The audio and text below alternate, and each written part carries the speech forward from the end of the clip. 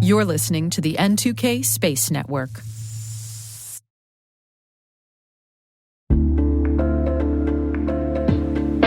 Hey everybody, Dave here. Have you ever wondered where your personal information is lurking online? Like many of you, I was concerned about my data being sold by data brokers. So I decided to try Delete Me. I have to say, Delete Me is a game changer. Within days of signing up, they started removing my personal information from hundreds of data brokers. I finally have peace of mind knowing my data privacy is protected. Delete Me's team does all the work for you with detailed reports, so you know exactly what's been done. Take control of your data and keep your private life private by signing up for Delete Me. Now at a special discount for our listeners. Today, get 20% off your Delete Me plan when you go to joindeleteme.com/N2K and use promo code N2K at checkout.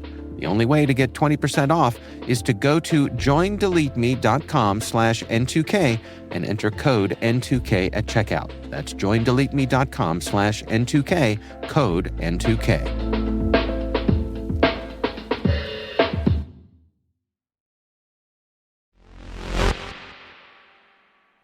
Today is February 6th, 2025.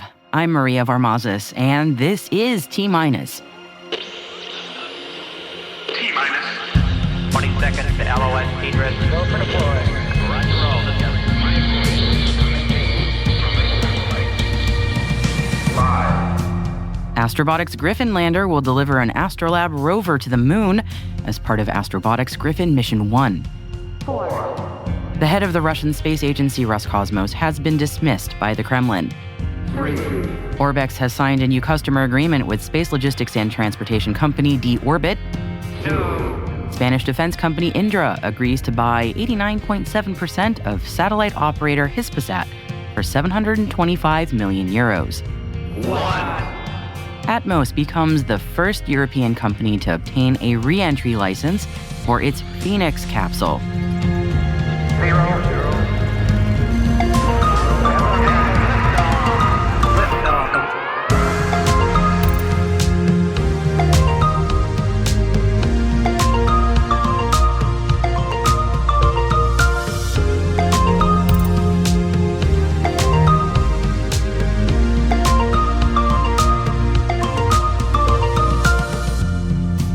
And today we're bringing you another great chat from Spacecom. Amolak Badesha is the CEO and co-founder of Orbital Composites. Find out about their in-space assembly and manufacturing vision later in the program.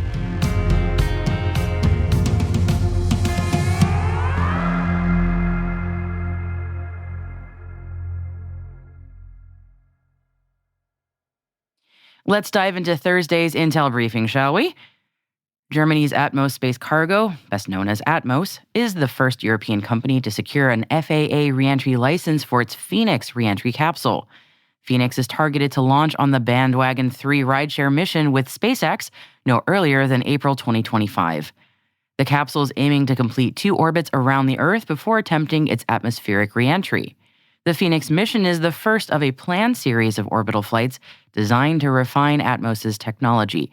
The inaugural flight is aiming to gather critical data on the capsule and its inflatable heat shield. The mission aims to accelerate the development of a versatile and robust re-entry platform for commercial applications, and the mission is expected to conclude with the prototype's demise during re-entry.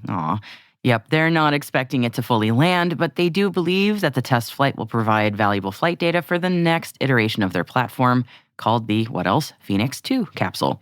We wish them the best of luck. Spanish defense company Indra has agreed to buy 89.7% of satellite operator Hispasat for 725 million euros. However, the agreement is still pending regulatory approvals. Indra is 28% owned by the Spanish government and recently focused on its defense and aerospace businesses to benefit from European countries' increased military budgets. Indra says the acquisition is the result of the company's desire to guarantee the control of communications in space. The agreement includes the purchase of Hispasat's 43% stake in the social capital of Hisdesat, which is a company in which Indra already has a 7% holding. Lots of percentages in this story today. Indra Space will be the name of the new fully integrated space company, bringing together both the civil and military offers and positioning Indra as one of the leading European players in the space sector. Over to the UK now. Orbex has announced a new customer agreement with space logistics and transportation company D-Orbit. Under the agreement, D-Orbit UK will have access to 2 launches aboard Orbex Prime, which is the company's micro-launcher, over the course of the next 3 years. Orbex is aiming to launch Prime from Saxford Spaceport in Scotland, with the first launch expected later this year. Orbex has a dedicated launch pad and the ability to launch 10 flights per year from the Shetland Launch Facility. Jonathan Firth, Chief Corporate Development Officer at D-Orbit, said in the press release that Orbex Prime's missions will provide valuable insights into the UK's orbital launch capabilities and expand D-Orbit's portfolio of orbital launch solutions. It is an exciting time to be part of the UK space industry, and we look forward to contributing to its continued growth and innovation. Heading over to Russia now, and Roscosmos is having a tough week with delays to their first launch of the year. And now the head of the Russian Space Agency has been dismissed by the Kremlin. Yesterday, the Kremlin released a statement that Yuri Borisov, who had headed Roscosmos since July 2022, had been replaced by Dmitry Bakanov, a deputy transport minister who ran a satellite company before joining the government. The Kremlin has downplayed the dismissal as a, quote, rotation, and say that they have had no complaints against Borisov. And Venturi Astrolab, better known as just Astrolab, has announced that Astrobotics Griffin lander will deliver an Astrolab rover to the moon as part of Astrobotics Griffin Mission 1. The FLIP rover, which stands for Flex Lunar Innovation Platform, is aiming to be deployed on the lunar South Pole. And the Astrobotic mission, originally carrying the Viper payload as part of NASA's Commercial Lunar Payload Services initiative, is still scheduled for delivery at the end of this year.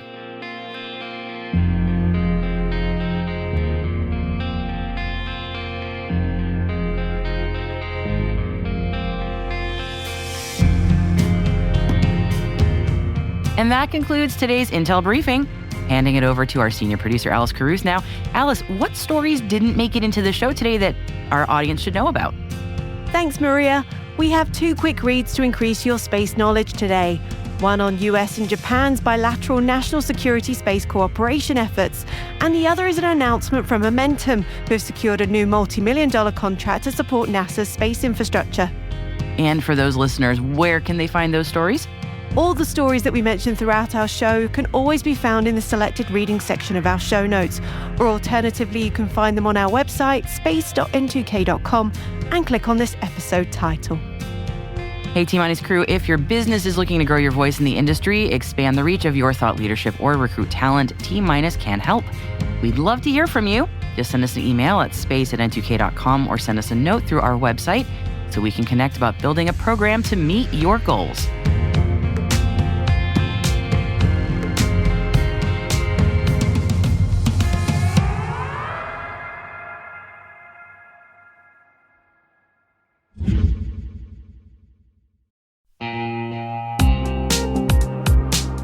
Cyber threats are evolving every second, and staying ahead is more than just a challenge, it's a necessity.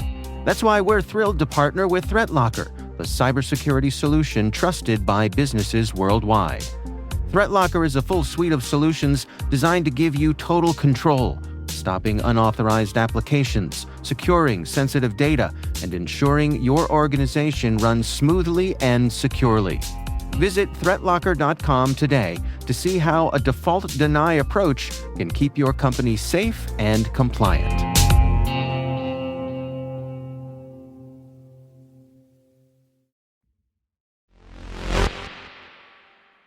Our guest today is Amolak Badesha, and he is the CEO and co-founder of Orbital Composites. And I caught up with Amolak at SpaceCom in Florida and asked him about Orbital Composites' business plan. The goal is to be able to, put people on Mars.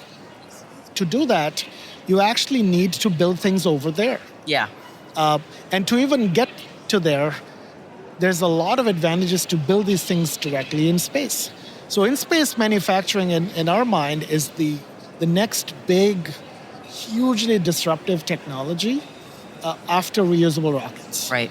Yep. Because it's a step function change in the cost of building infrastructure off Earth. Yes. Whether in space or on another, celestial bodies, right? Yeah. Yep.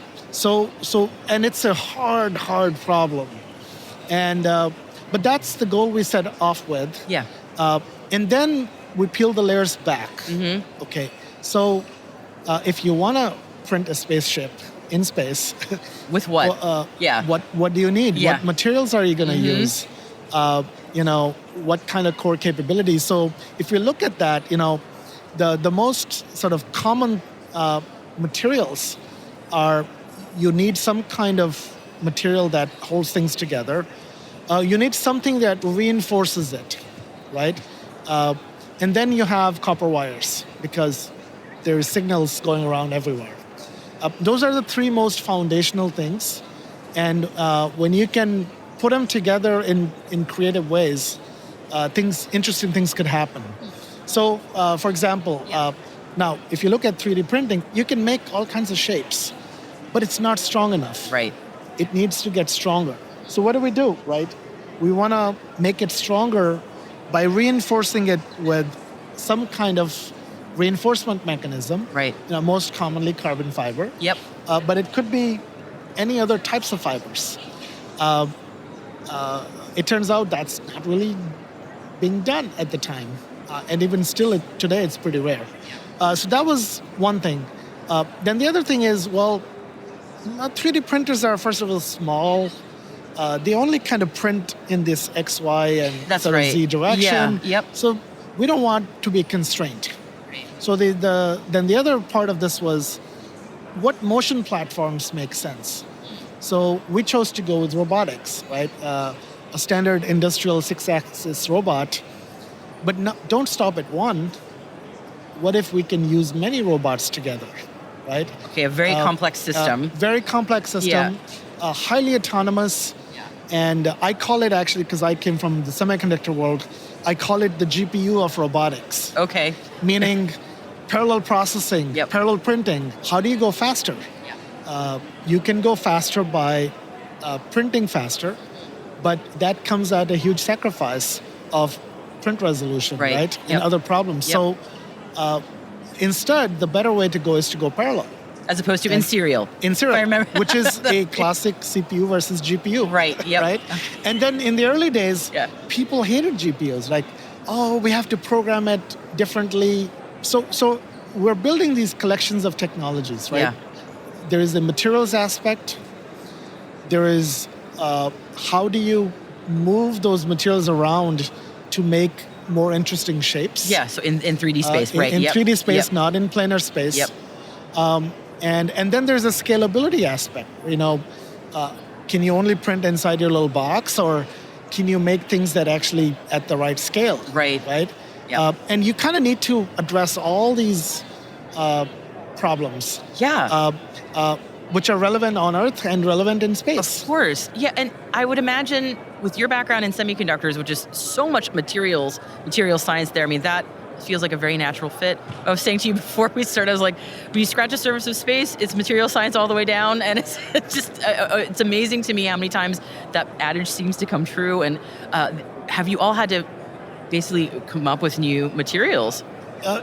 So we like to say we don't invent chemistry, but we change the physics. And this is a really important point. And the reason for that is that, first of all, there are very large chemistry companies. And so if you invent new chemistry, it takes a long time to incredibly capex intensive to scale that up in production. But even more importantly is the qualification timelines are very, very long. And you can't really easily compete with these material companies. So what we found other tricks, right? And oftentimes what happened is, because in composites especially, the manufacturing is constrained by the manufacturing equipment. Yeah, yep. So as a consequence of that, people stopped tweaking and playing with the physics. And everybody has limited themselves to the chemistry, right?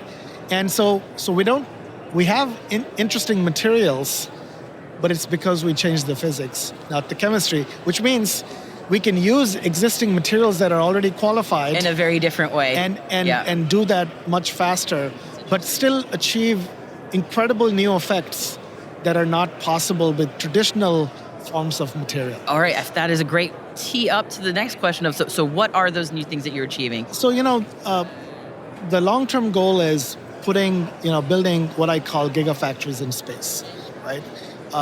And the goal is to be able to, instead of launching these mega structures, if you look at what it costs to build space stations, it's, tens and billions of dollars.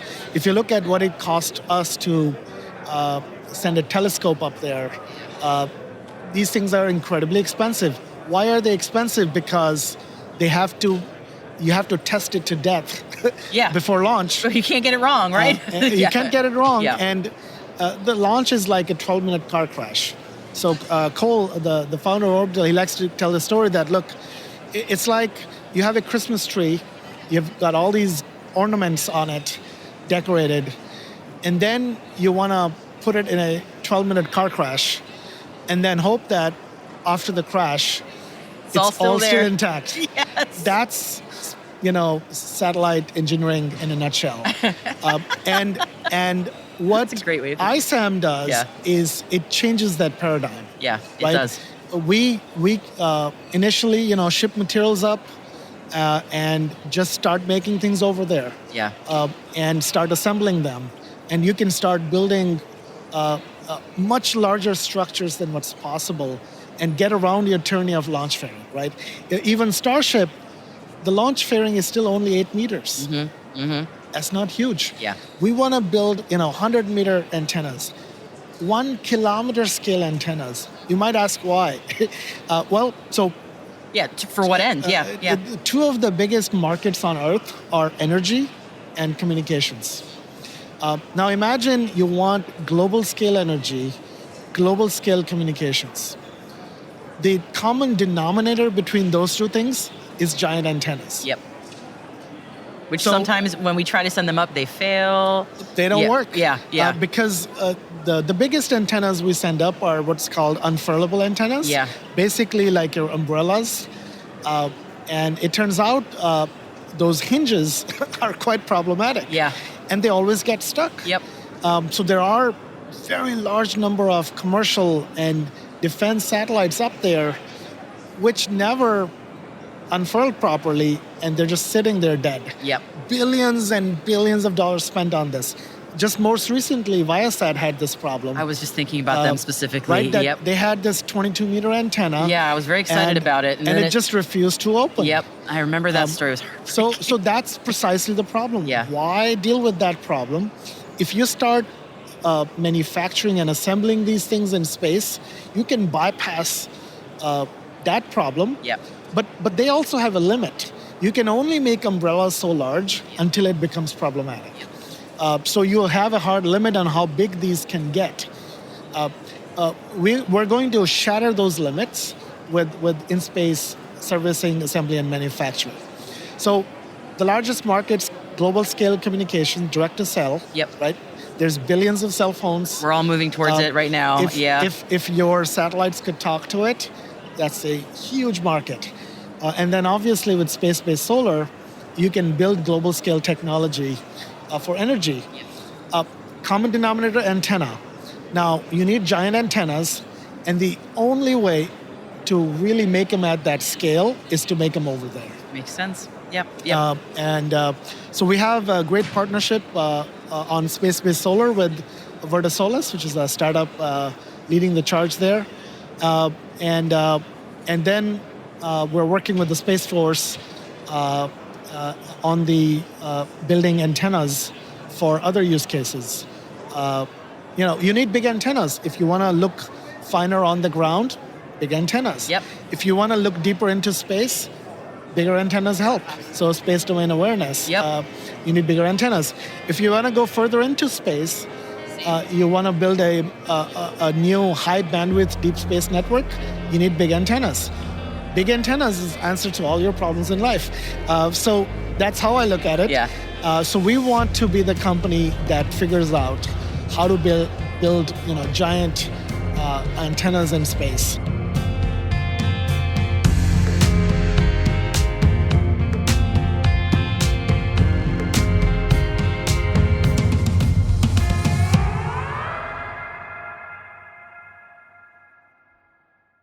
We'll be right back.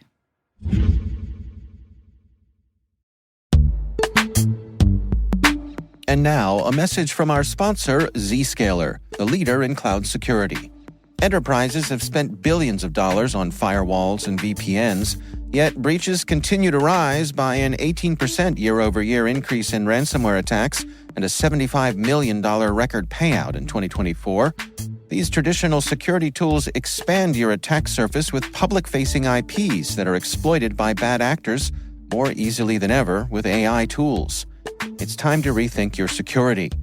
Zscaler Zero Trust plus AI stops attackers by hiding your attack surface, making apps and IPs invisible, eliminating lateral movement, connecting users only to specific apps, not the entire network, continuously verifying every request based on identity and context, simplifying security management with AI-powered automation, and detecting threats using AI to analyze over 500 billion daily transactions. Hackers can't attack what they can't see. Protect your organization with Zscaler Zero Trust and AI. Learn more at zscaler.com/security.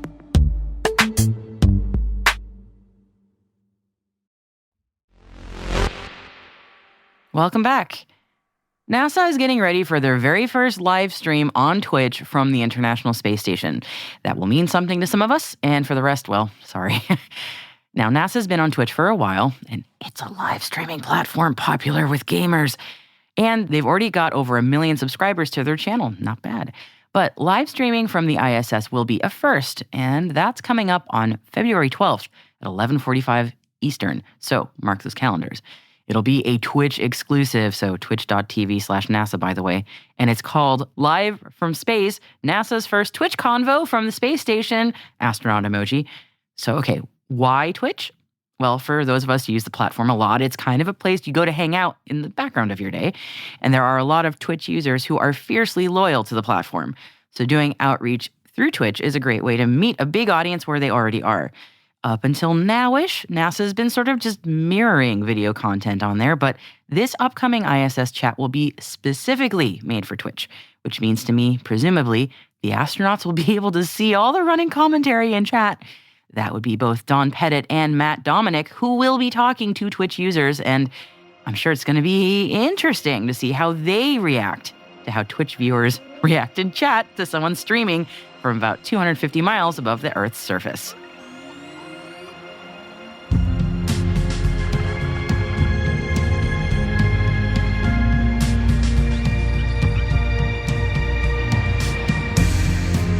That's it for T-Minus for February 6, 2025, brought to you by N2K Cyberwire. For additional resources from today's report, check out our show notes at space.n2k.com. We're privileged that N2K and podcasts like T-Minus are part of the daily routine of many of the most influential leaders and operators in the public and private sector, from the Fortune 500 to many of the world's preeminent intelligence and law enforcement agencies. N2K's senior producer is Alice Caruth. Our producer is Liz Stokes. We're mixed by Elliot Peltzman and Trey Hester, with original music by Elliot Peltzman. Our executive producer is Jennifer Iben. Peter Kielpe is our publisher. And I am your host, Maria Varmazes. Thanks for listening. See you tomorrow. T-minus